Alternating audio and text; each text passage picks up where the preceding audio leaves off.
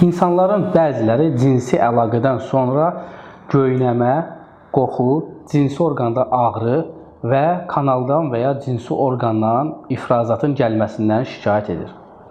Əziz dostlar, cinsi orqandan ifrazatın gəlməsi, kanalda qoxunun olması, qoxunun əvvəlkidən nisbətən, normal vəziyyətə nisbətən fərqli olması, kəskin olması, hətta cinsi əlaqə vaxtı ağrılı olması, yandırma hissi və kişilərdə hətta kanalda qarışqa gəzmə hissi və ya axıntının olması, axıntının müxtəlif rənglərdə olması, cinsi orqanların müxtəlif hissəsində ya göynəmə və yaxud da ağrı şəklində hisslərin olması və ya bu ağrının müxtəlif nahiyələrə irradiasiya eləməsi, yəni yayılması varsa, biləsiniz ki, kişidə də və qadında da həmin infeksiyon prosesin nəticəsində yaranır bu problemlər.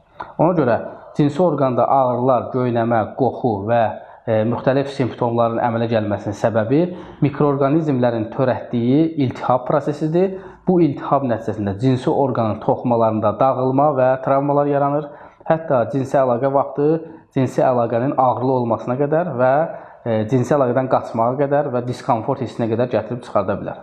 Ümumiyyətlə, kişilərdə də, qadınlarda da cinsi orqanda iltihab prosesi olanda təbii ki, diskomfort və disfunksiya yaranır. Bu disfunksiyanın da cinsi fəaliyyətin zəifləməsinə rast gəlinir. Ona görə belə bir halı siz özünüzdə hiss edirsinizsə, mütləq qısa müddət ərzində siz cinsi yolla yoluxan infeksiyalar və onları tam müayinəsindən keçməlisiniz ki, problemi aşkarlayıb düzgün müalicə eləsinlər.